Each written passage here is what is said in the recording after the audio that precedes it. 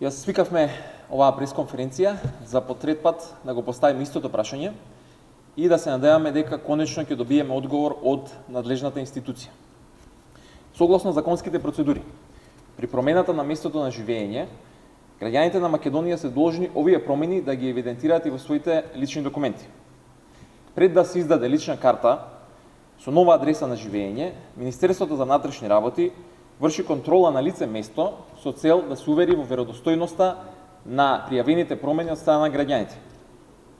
Без ништо да прејудицираме, го прашуваме Министерството за внатрешни работи кој и кога од страна на секторот за внатрешни работи Скопје извршил контрола и констатирал дека на улица Максим Горки 11/1/2 живеат најмалку 74 новодоселени лица.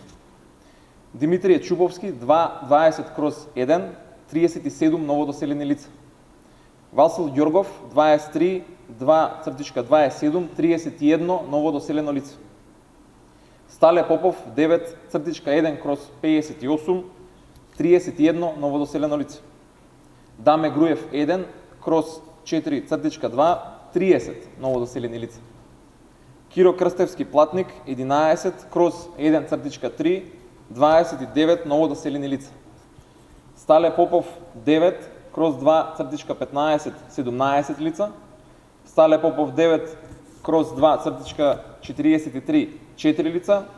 Стале Попов 9/2/44 9 новодоселени лица. Стале Попов 9/2/7 5 новодоселени лица или вкупно на улица Стале Попов во влезот 2 35 новодоселени лица. Френклин Рузвелт 64/1/3 20 новодоселени лица. Булевар Илинден 63/1 13 новодоселени лица.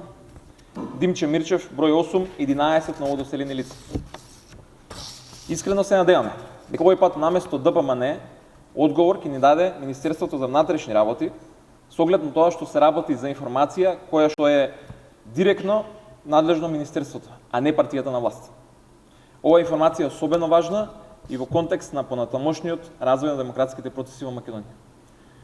Ве благодарам, ако имате некои други прашања, повелите.